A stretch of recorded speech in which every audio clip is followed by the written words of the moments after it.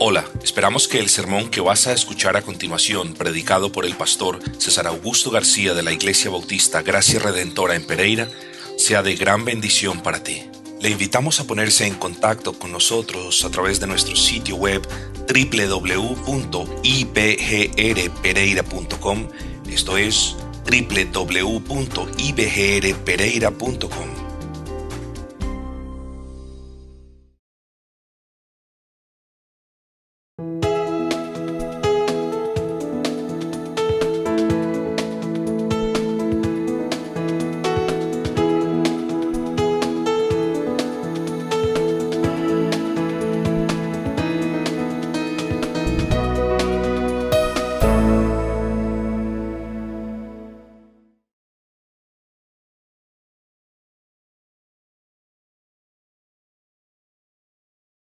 Hermanos, vamos a la palabra de nuestro buen y gran Señor y Salvador en la mañana de hoy.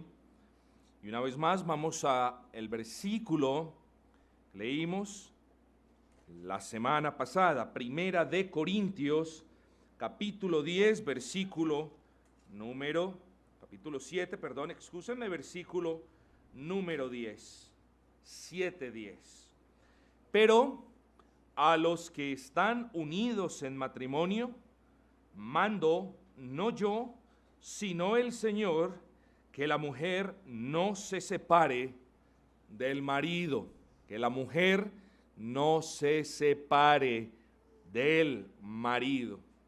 Y creo que es supremamente importante, queridos amigos y hermanos, repetir solamente algunas cosas de manera puntual de lo que hablamos la semana pasada.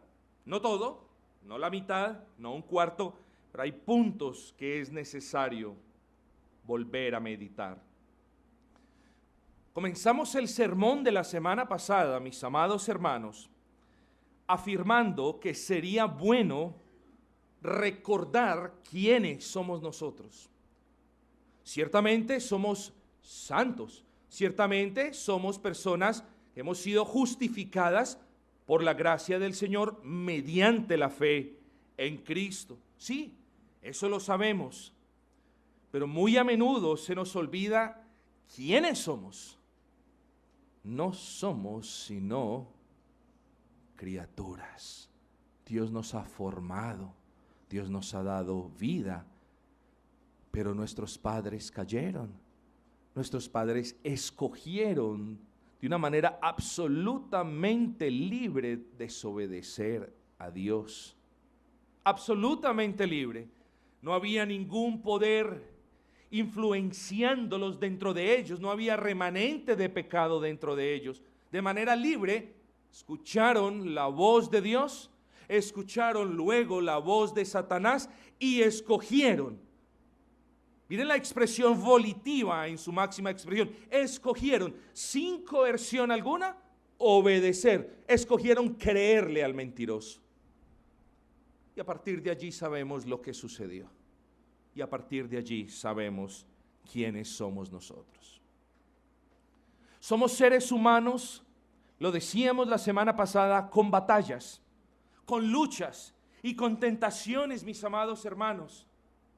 Con tentaciones.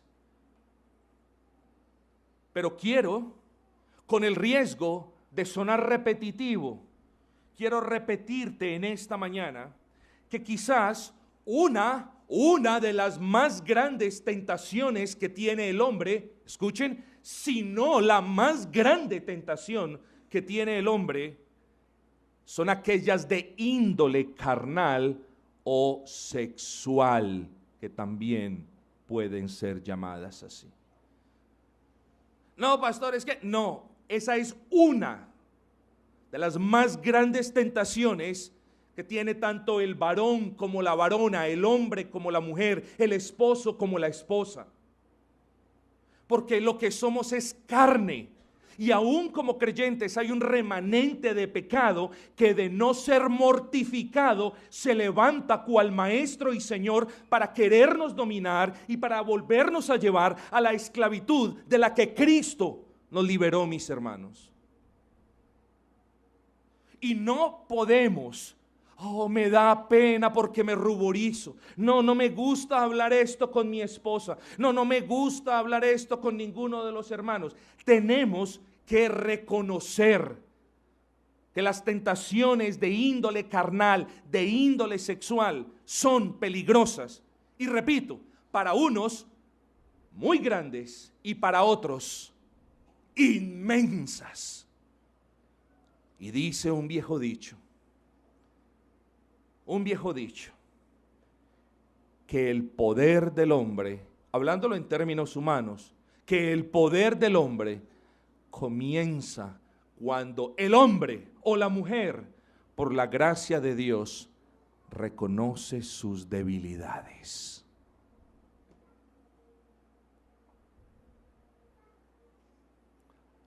Y no solamente, queridos hermanos, estas tentaciones de índole sexual, de índole carnal, son grandes, sino que son como un contingente, como un pelotón de soldados con fusiles en contra de una persona. Y la persona entonces es atacada por todos los flancos, por aquel y por aquel otro. Y la persona sujeta a ese tipo de tentaciones no sabe qué hacer. Y esos soldados o esos elementos que forman ese pelotón le dicen: sal, ríndete a nosotros y vivirás luego. Así podríamos personificar las tentaciones de índole sexual. Vienen por todos lados.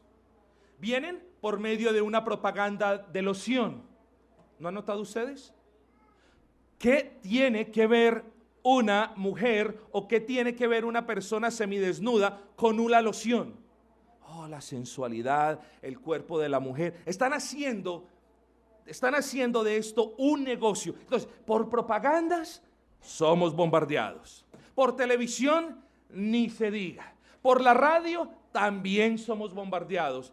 Y ni hablar de los medios electrónicos del internet. Antes las personas tenían que viajar del punto A al punto B para satisfacer las lujurias de su corazón corrupto y poder ver las porquerías que querían ver. Ahora no. Ahora en su propio teléfono. Ahí las ven, ahí las tienen. Fotos, videos y cuestiones degradantes y obscenas. ¿Has caído alguna vez frente a estas tentaciones? ¿Has cedido alguna vez frente a ellas? Ten cuidado, porque ese enemigo es grande y peligroso. No, pastor, yo soy cristiano y yo las enfrento.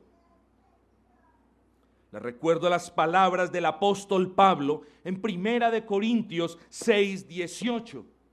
La orden no es enfrentad allí, haceros los valientes, rechazad en el nombre de Cristo. La orden es huir, correr. ¿Ves la fornicación? Huid en el sentido opuesto. ¿Ves algo inmoral? Huid en el sentido opuesto. Esa es la orden del apóstol Pablo. Huid de la fornicación. ¿Quiénes? Siempre cometemos el error. Siempre cometemos el error de creer que los fornicarios son personas de entre los 17 y los 45 o 50 años. Siempre creemos el error. No. La fornicación puede estar presente en niños de cortas edades hasta ancianos de avanzadas edades. Esta es una tentación que nos quiere coger a cada uno de nosotros y nos quiere hacer ropa de trabajo con el propósito de que nuestro testimonio sea que sea dañado y nosotros vituperemos a Cristo. Huid de la fornicación. ¿Quiénes? Todos. Pero en el caso específico de este pasaje, huid de la fornicación quienes de ustedes no hayan contraído aún matrimonio. Huid de la fornicación vosotros los que estáis casados. Huid de la fornicación vosotras las viudas. Todos tenemos que huir de la fornicación. Pero también quiero recordarles, hermanos, antes de entrar un poquito más en detalle con los matrimonios, acerca de los solteros, quienes de ustedes no hayan contraído nupcias, no se hayan casado, quienes de ustedes no hayan entrado en ese pacto hasta la muerte, ese es el pacto hasta la muerte, yo les quiero recordar de el honor de mantenerse solteros para el Señor. Y también quiero recordarles que el matrimonio no es una obligación. Socialmente lo han constituido como una obligación. Y Pablo lo dice, no de manera directa, pero Pablo lo afirma más adelante. Si alguno piensa que es impropio para su hija virgen, que pase ya de edad. Son cuestiones o eran cuestiones de índole social. Entonces, si la niña del hombre de la casa cumplía cierta edad y no se casaba, socialmente lo veían muy mal. ¿Por qué estas cuestiones no aplican para nosotros? Porque Pablo, a partir del versículo 36, dice, si quiere dar a su hija, hágalo, y si no la quiere dar, no lo haga. Entonces el matrimonio, hermanos, no es una obligación. Eso debe quedar en claro. Pero, si usted se casa, bien hace, y si no se casa, dice Pablo, hace mejor. Pero cásese o no se case, huya de la fornicación y sirva al Dios vivo, porque su cuerpo, mujer soltera u hombre soltero, es el templo mismo del Espíritu Santo. Las viudas, tanto nos olvidamos de las viudas, han llegado a convertirse en ciudadanas de segunda o de tercera categoría. Socialmente, a ti te mencionan la palabra viuda y vienen ideas que no corresponden a la realidad, hermanos. Viuda, la mujer que ya no se puede mover. Viuda, la mujer que ya está en una edad tan avanzada que ya no puede hacer nada. Y Pablo desmitifica esta cuestión en la Escritura, hermanos. Las viudas, de hecho, ocupan un lugar muy, pero muy importante en la Escritura.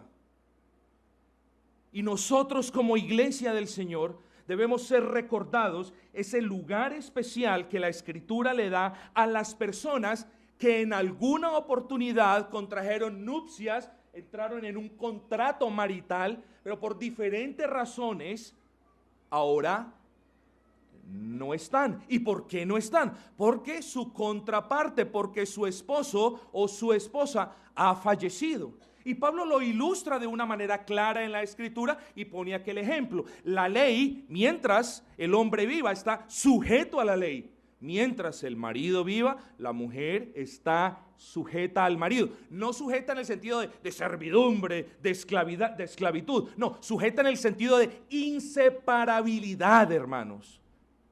Pero cuando uno de esos cónyuges muere, se cumple aquel voto que nosotros una vez pronunciamos cuando nos casamos, hasta que la muerte los separe. Y la muerte los separó. Obviamente la muerte como instrumento de Dios, la muerte como el precio que tenemos que pagar de manera corporal. Es necesario que el hombre muera una vez, pero la muerte disuelve el matrimonio. ¿Sí me entienden? La muerte disuelve el matrimonio. Y porque fue disuelto de una manera bíblica, en el caso de que la muerte disuelva un matrimonio, la parte que sobrevive puede volver en plena libertad a contraer nupcias una vez más. No es pecado. Pablo lo deja claro allí. Pero volvemos al punto. Si la viuda decide casarse o si la señora viuda no decide casarse, que haga lo que quiera, pero que huya de la fornicación y que le sirva con su cuerpo y con su alma al Dios vivo. Pero hermanos, quiero seguir hablando de las viudas, Porque la Escritura nos muestra a las viudas, por lo general, como personas vulnerables y desamparadas. Por tanto, y esto ustedes lo conocen bien, por tanto, la orden para las viudas y más aún para aquellas que están en el Señor son estas. Si la viuda está en un estado de vulnerabilidad, la orden para la iglesia es protegerla. Si la viuda está en un estado de desamparo, la orden para la iglesia es estar pendientes. O si la viuda está en un estado de necesidad, la orden para nosotros, la iglesia, es proveerles. Entonces, hermanos, recordemos que la Escritura nos enseña a respetar las canas. Tenga un año más que usted, nosotros debemos respetar a nuestros mayores, hermanos. Debemos darle eminencia a los mayores. Y también debemos acordarnos que debemos tener en estima a aquellas a quienes llamamos viudas, y más aún si ellas son de la iglesia. Pero cuando decíamos huir de la fornicación, por supuesto hablábamos de las viudas, por supuesto hablamos de las personas que no han contraído matrimonio. Pero ahora, hermanos, enfoquémonos en lo poco que nos queda. Les pido excusas, quizás sea un sermón muy breve para muchos, pero les pido excusas, hermanos. Enfoquémonos en los hogares, más particularmente en las personas casadas. Versículo 10, leamos: pero a los que están unidos en matrimonio, mando no yo, sino el Señor. Miren la manera en la que el apóstol Pablo enfatiza que es una orden divina. En caso de que alguno a lo largo de la historia tuviera algunas dudas o tuviera cuestionamientos al respecto de la autoridad apostólica, en caso de eso, dice Pablo, bueno, si es que ustedes cometen el error de no creer lo que yo digo o de no someterse a lo que yo digo, es como si Pablo estuviese hablando, entonces sean recordados que lo que les voy a decir no se los mando yo, sino Dios mismo, como para que no se les olvide, como para que dejen esa actitud de estar seleccionando qué obedecen y qué no obedecen. ¿Qué manda Dios mismo? Que la mujer no se separe del marido. Hermanos, la palabra separación en este versículo, y esto no es un chiste, es la palabra que muchos pronuncian jorizo o chorizo. Y la idea es la de la división. De ahí tomamos nosotros la famosa palabra. Pero entonces la idea del apóstol Pablo es que la mujer no se separe por divorcio. Es decir, que la mujer no le dé carta de divorcio, que la mujer no abandone a su esposo. Hermanos, ¿aplica para la mujer? No, aplica para el varón. Y Pablo lo dice más adelante, lo aclara, lo reafirma más adelante. Veamos pues, la orden es que en un hogar compuesto por mujer cristiana y hombre cristiano, la orden para el hombre y para la mujer es la siguiente: ninguno de los dos puede abandonar al otro. Punto final, no hay nada más que alegar. ¿Pero será así? Sí, a causa de fornicación, alguna de las partes, siendo los dos cristianos, si a causa de fornicación una de las partes se ve afectada por ese acto fornicario, ¿ustedes qué dicen? Y esto no quiero que me respondan porque estamos en un sermón. ¿Ustedes qué dirán? Claro, el Señor Jesucristo lo dijo: a causa de fornicación yo me puedo divorciar. ¿Será que sí? Hermanos, en un hogar cristiano ni siquiera deberíamos estar mencionando la palabra fornicación. Ni siquiera deberíamos estar mencionando la palabra adulterio, pero, si por desgracia hay un acto comprobado de adulterio, recuerden, estamos hablando con dos partes cristianas. Si hay un acto comprobado de adulterio, o por este lado, el lado afectado por el adulterio no tiene la potestad de decir, bueno, entonces me separo. No debería decirlo, porque ambos son cristianos y deberían sentar a dialogar y a perdonarse. La palabra que ni siquiera muchos cristianos pueden hacer memoria en esos casos. No, dicen algunos, no lo perdono. El Señor dice que en la fornicación se puede uno separar, así que me separo. Parece que la fornicación era todo lo que la señora estuviera esperando para conseguirse otro marido. ¿Ven el punto? Bueno, no. Son cristianos, tienen que hablar, se tienen que sentar, tienen que dialogar y se tienen que perdonar. Aquí viene el punto, ojo con esto. Tiene usted a Ana y tiene usted a Pedro. Pedro adultera, Ana es la parte afectada. Viene el pastor, Pedro, Ana, sentémonos, dialoguemos, hablemos, miren, esto dice la palabra, y Ana dice, no lo perdono, y no lo perdono, y no lo perdono, y me separo. Pregunta, ¿esa mujer es cristiana? Lo más probable es que no sea cristiana, fíjense en ustedes la implicación. No lo quiso perdonar. ¿Puede existir un cristiano, dígamelo usted, que no quiera perdonar? No lo puede existir. Nadie está diciendo de que el perdón sea fácil. Sí, tranquilo, no ha pasado nada. No, sí pasó. Pasó algo muy grave, pasó algo muy serio. Sí pasó.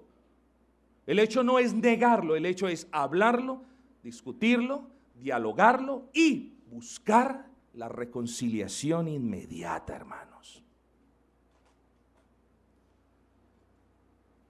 Dice el apóstol Pablo, versículo 10, pero a los que están unidos en matrimonio mando, no yo, sino el Señor, que la mujer no se separe del marido, versículo 11, y si se separa, quédese sin casar o reconcíliese con su marido, y que el marido no abandone a su mujer. Ustedes ya pues me son testigos que hace un par de minutos dije que esto aplica para ambos lados del matrimonio.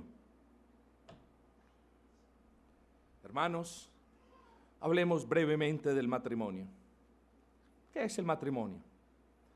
Sencillamente hablando, el matrimonio es la unión entre un hombre y una mujer con el propósito, de beneficiarse de la plata que tiene la mujer, de beneficiarse, y lo digo con respeto y no a manera de chiste, del gran cuerpo y de la gran sensualidad que tiene este hombre. No, el propósito del matrimonio es la compañía mutua y exclusiva. En otras partes, hermanos, creen que el matrimonio simplemente es para procrear. No, hombre, claro, ese es uno de los propósitos, sin lugar a dudas. Es una orden que nosotros tenemos o debemos esforzarnos por cumplir.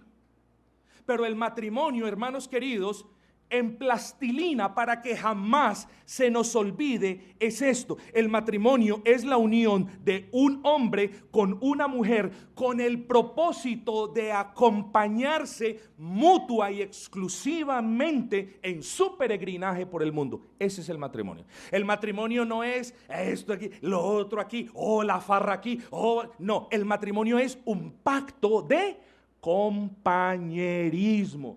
Yo le digo a mi esposa, amor, o a mi novia o a mi prometida, amor, quiero caminar contigo todos los días de mi vida hasta que la muerte nos separe. Entonces el matrimonio no es, me voy a casar porque voy a tener esto, me voy a casar porque... Eso lo hacen los del mundo, hermanos. Nosotros los cristianos queremos una compañía para que juntos nosotros podamos caminar hasta el día que Dios llame a alguno de los dos a su presencia. Así que es un pacto de compañerismo. Podríamos también definir, queridos amigos y hermanos, el matrimonio como el pacto hecho entre un hombre y una mujer de permanecer unidos con el propósito de proveerse compañía en esta vida para la gloria de Dios hasta que Él los separe por medio de la muerte. Entonces, hermanos, con eso en mente, consideremos el mandamiento al respecto de esa unión matrimonial. Y dice la palabra que la mujer no se separe del marido. Estamos hablando de hogares cristianos, como lo dijimos hace un segundo, de personas que han supuestamente creído en Cristo, de personas que tienen supuestamente el amor eterno con el que Dios nos amó antes de la fundación del universo. Estamos hablando de un hogar cristiano, ¿cierto? Bueno, estamos hablando de personas que aman a su prójimo. Y la pregunta es, ¿se separa un hogar cristiano? Y la respuesta es, no, bíblicamente no hay argumentos para la separación de un hogar cristiano. ¿Que un argumento pueda ser el adulterio? Claro que sí. Pero ninguna de las partes afectadas podría decir, mira, esto dice la palabra, tú adulteraste, así que yo tengo las maletas empacadas y me fui ahora mismo. No, lo que les quiero decir es, no es el procedimiento, mis amados hermanos. Se necesita perdón y reconciliación. Y ya vamos a ver una serie de implicaciones que el no perdón tiene sobre la persona. Vivimos en este mundo, hermano, cristianos divorciándose. Cristianos divorciándose. En un mundo facilista que no quiere resolver las dificultades. Vivimos en medio de profesantes que no tienen la capacidad de perdonar al prójimo. ¿Qué es eso, hermanos? Pero esto no es nada nuevo en la historia y ustedes bien lo saben. Los judíos sufrían ese mismísimo problema y ellos fueron llamados al arrepentimiento y fueron reprendidos muchas veces por buscar el divorcio esgrimiendo motivos que no estaban en la Escritura. Pero miles de años más tarde, hermanos, el pecado sigue causando estragos en las iglesias del Nuevo Testamento, en nuestros hogares y en nuestras sociedades. Pablo dice que la mujer no se separe. Así que cuestiones como no nos entendemos no son válidas para un divorcio, hermanos. Punto, no hay nada. Si usted no se entiende con su esposo, entonces busque ayuda para que se puedan entender. Pero le repito de una manera clara e inequívoca que el no entenderse es una excusa producto de su propia pecaminosidad. No es que no podemos tener hijos. Me separo porque yo no puedo tener hijo con mi esposa, o la esposa porque no puedo tener hijo con mi esposo. Él no me da hijos. Me quiero morir, me separo. Bueno, ese es un argumento en la Iglesia Católica Romana. Usted puede, esgrimiendo ese argumento, decir que ustedes no están en la capacidad de procrear y en la Iglesia Católica Romana puede comenzar un divorcio por esa causa. La pregunta es, ¿para nosotros los cristianos también lo será? No, hermanos. Nosotros queremos obedecer al Señor. Así que veré con ojos de sospecha a la persona, al hombre o a la mujer que quieran divorciarse sobre o esgrimiendo el fundamento de, oh, no puedo tener hijos. No, hermanos queridos, hermanos. Hay otras maneras, si es que usted desea tener un hijo bajo su cargo, hay otras maneras que éticamente son posibles a la luz de la Escritura. No es que tenemos problemas. Bueno, usted tiene problemas con su esposo, bienvenido al club. Todos los tenemos, hermanos. Pero en un hogar cristiano recibimos la gracia del Señor y como un par de personas maduras y adultas en el Señor y aún más cristianas, lo resolvemos. Ah, pastor, es que nos mantenemos peleando. ¿Mantiene peleando un hogar cristiano? Bueno, esto es cosa seria. Y yo pensaría, pero en verdad son cristianos, un hogar que mantiene como perro y gato, como decimos en el argot popular.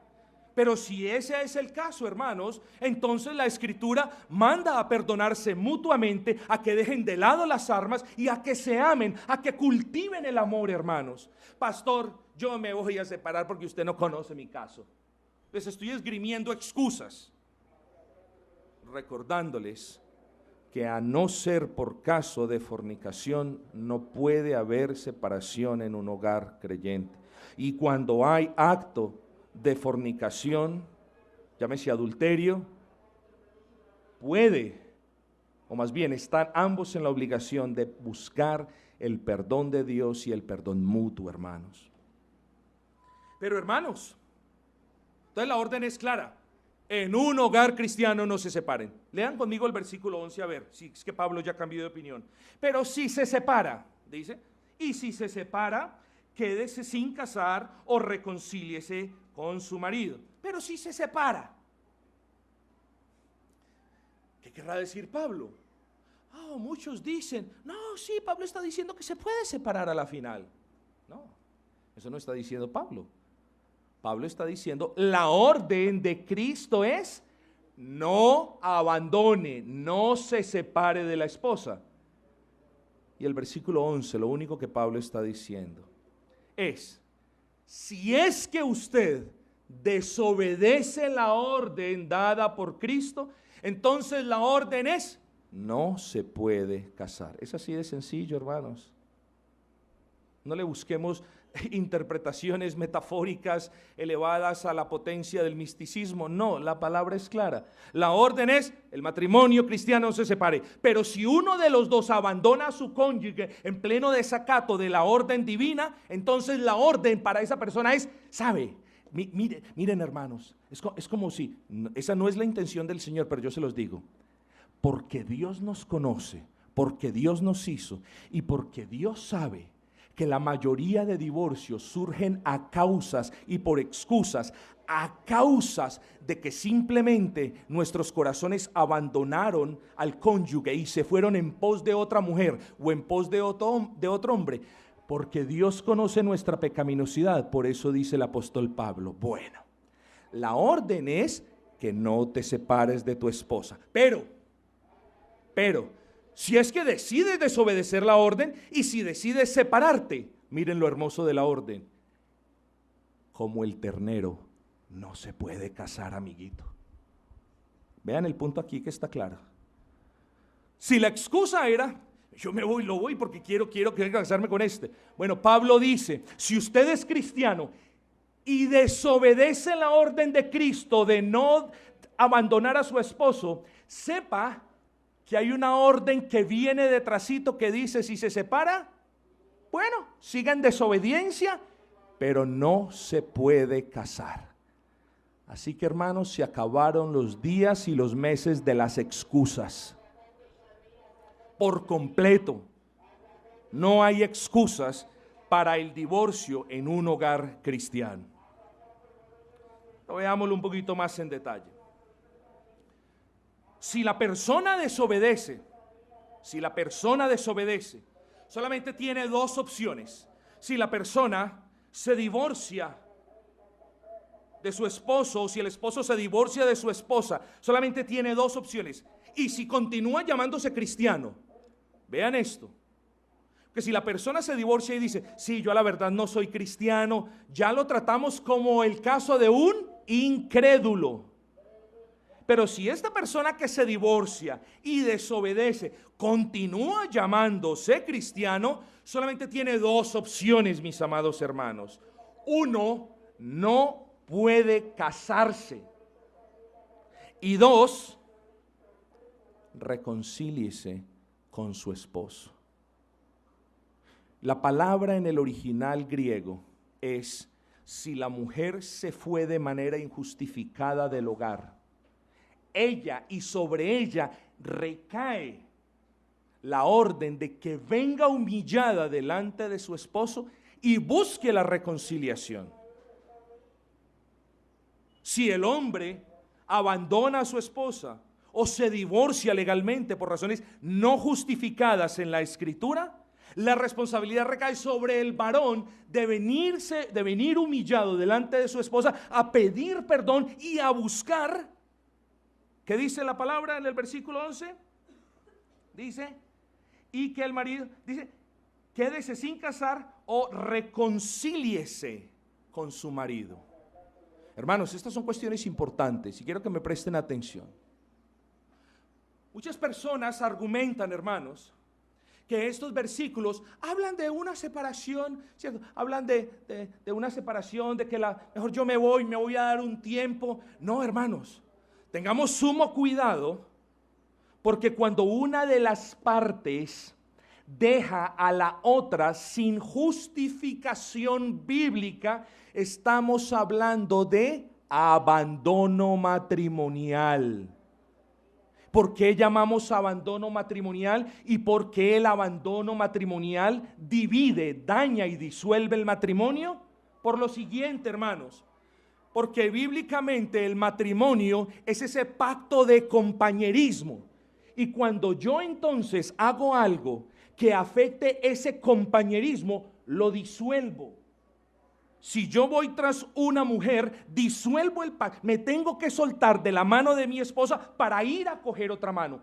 Eso disuelve este primer pacto de compañerismo. Y Pablo está diciendo, si hay una mujer que es cristiana y abandona a su esposo de una manera ilegítima, cuidado, no se case. Más bien, busque reconciliarse con aquel a quien abandonó. Ah, pastor, listo, ya me reconcilié, podemos seguir viviendo así, chévere, normal, no pasa nada. No. Y quizás muchos de ustedes no han considerado esto muy a fondo. No se puede vivir de esa manera. Tienen que volverse a casar. ¿Por qué? Porque el abandono de la parte que se va, el abandono, repito, de la parte que deja a su esposo, disuelve el matrimonio, hermanos. Ese matrimonio no es más matrimonio a los ojos de Dios como lo llaman muchos. Ese matrimonio ha quedado disuelto y debe volver a formalizarse en matrimonio. Ahora, si la mujer desobediente o el hombre desobediente se separa de su esposo creyente y se vuelve a casar, ese sí es el caldo de guacas que se comienza a formar de ahí en adelante, hermanos. Porque esta mujer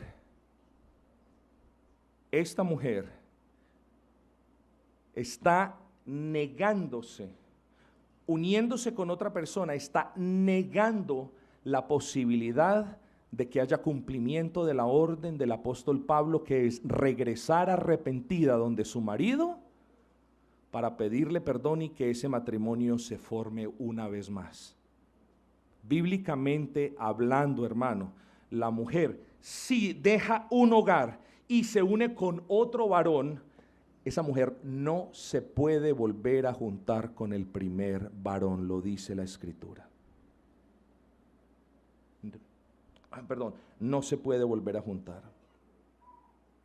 Entonces, hermanos, ahora quiero hacer un paréntesis, hermanos. Hay infinidad de casos, de combinaciones y de diferentes cuestiones que por razones prácticas es imposible tocarlas desde el púlpito, todas ellas con un mismo origen, el pecado, todas ellas esgrimiendo excusas, prefiriendo una perspectiva facilista en vez del diálogo, del perdón y de la reconciliación. Hay muchos casos y hay casos muy complejos y hay casos tan complejos que ya uno no puede discernir de manera escritural y clara qué hacer o qué consejo dar en un caso o en otro.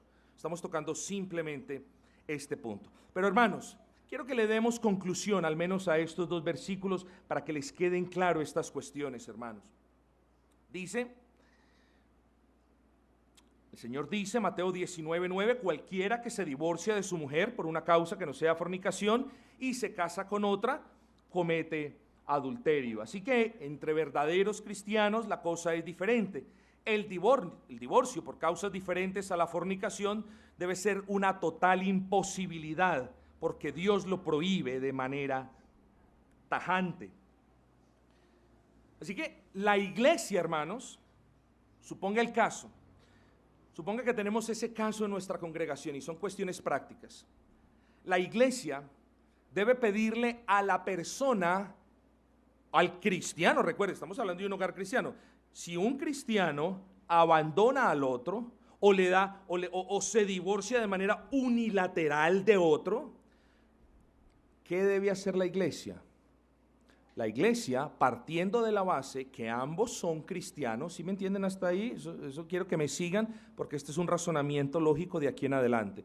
Partiendo de la base que ambos son cristianos, pero que quizás tenemos un caso de desobediencia, ¿de quién? De parte del cónyuge que se divorció del otro por razones no escriturales. La iglesia debe intervenir de manera inmediata y la iglesia, el pastor a la cabeza, le debe pedir a la mujer que abandona al esposo o al esposo que abandona a la esposa, la iglesia le debe pedir que se arrepienta.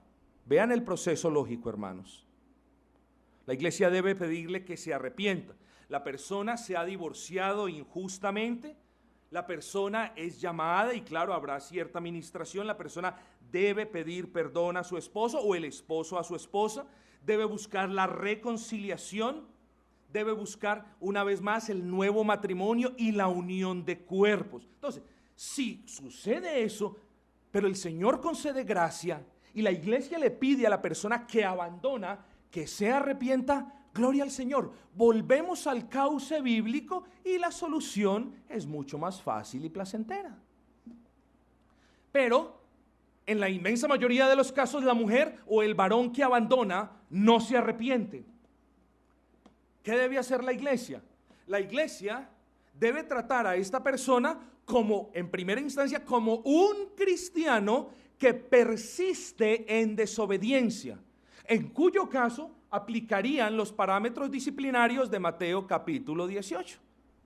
Se le hace la exhortación, se traen testigos, se busca mediar con la persona, se busca la reconciliación y si a la final la persona que abandona el hogar se niega a pedir perdón y se niega a luchar por ese hogar, simplemente, escúchenme el procedimiento, simplemente la iglesia en uso de sus facultades conferidas por Dios en su palabra, díganme ustedes, ¿qué hace? La declara una persona inconversa.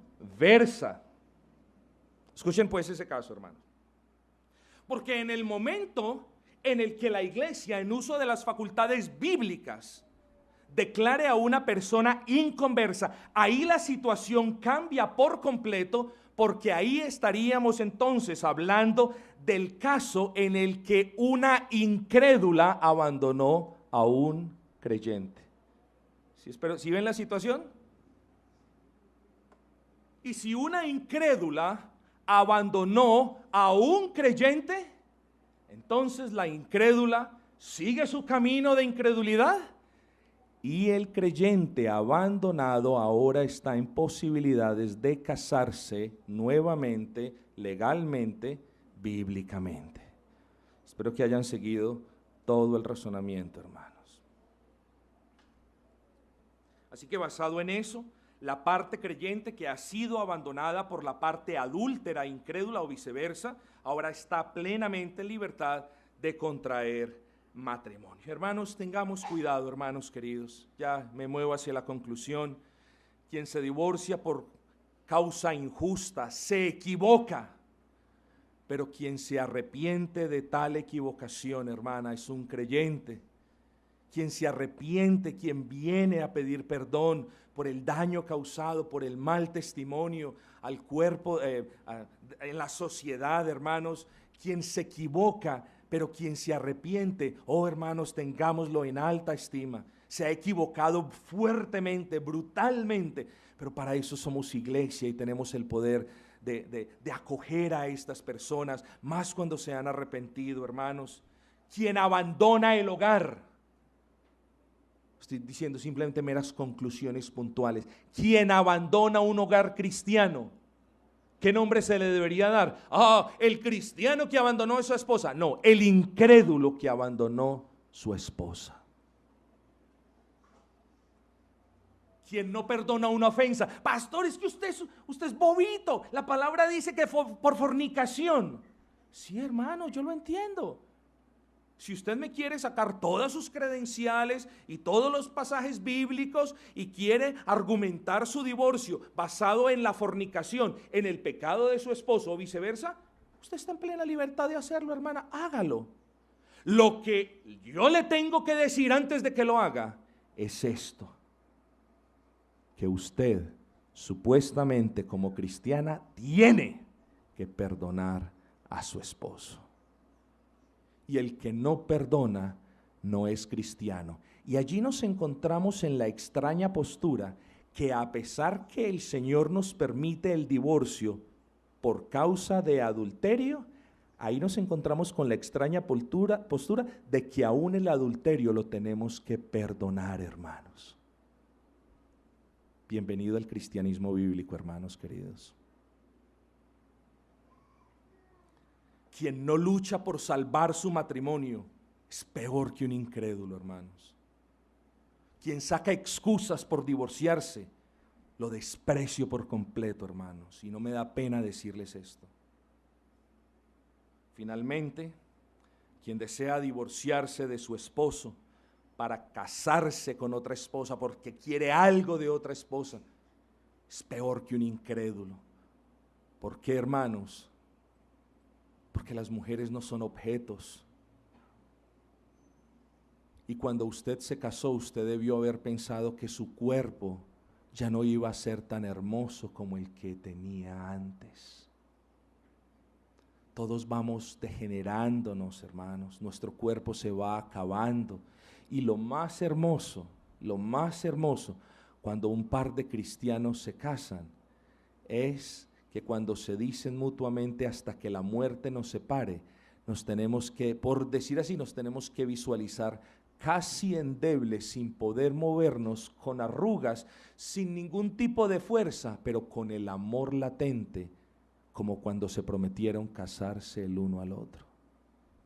Nosotros los cristianos no nos casamos ni por conveniencia, ni por deseos de obtener placer, ni por deseos de mejorar el apellido, ni por deseos de progresar en la vida. Punto. Nosotros los cristianos nos casamos por amor, y delante de Dios esa unión es indisoluble. Cuídese usted primero, mujer, varón, cuídense, apártese del pecado, tenga sumo cuidado con la fornicación. Yo le pido a cada varón, a cada esposo, yo le pido a cada esposa, y se lo pido en el nombre de nuestro Señor, que cuide a ese esposo o a esa esposa que Dios le ha dado. Yo le pido que lo cuide. Yo le pido que usted se acuerde de ser agradecido por ese regalo. Lamentable es el caso de un matrimonio que ve a su esposa como una carga, o que ve a su esposo como una carga. Bendito el hogar, por la gracia del Señor, sabe y es recordado de que es un pacto de compañerismo donde ambos llevan las cargas en el Señor. Cuide a su esposa, dé gracias por su esposa. Recuerde también usted, con esto termino, que usted debe valorar el regalo que Dios le ha dado por medio de su esposa. Así que, queridos hermanos, cierro con esta meditación. Usted es deudor de Dios. Si usted es cristiano, usted es deudor de Dios y deudor de su esposa. Usted es deudor de Dios. A Dios le debe todo, pero el punto es que usted no tiene cómo pagarle a Dios todo lo que Dios ha hecho por usted. Nunca tendrá cómo pagar lo que Dios ha hecho por usted.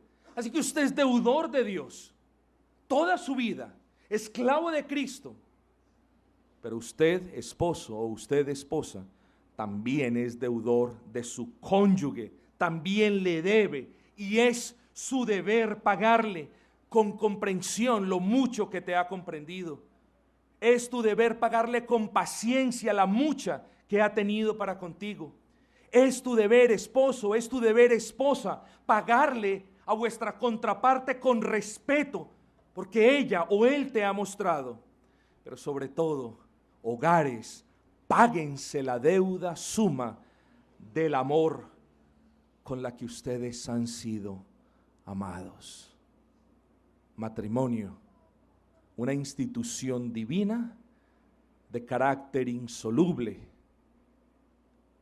disuelta por la muerte o disuelta por la negativa del hombre a perdonar. Que eso no suceda en ninguno de nuestros hogares, hermanos, y que Dios tenga misericordia con nosotros. Vamos a cantar el último himno, es el himno número 58, himno número 58. Jesucristo, mi cruz tomo, tus pisos tomo, tus pisos tomo, tus pisos tomo, tus pisos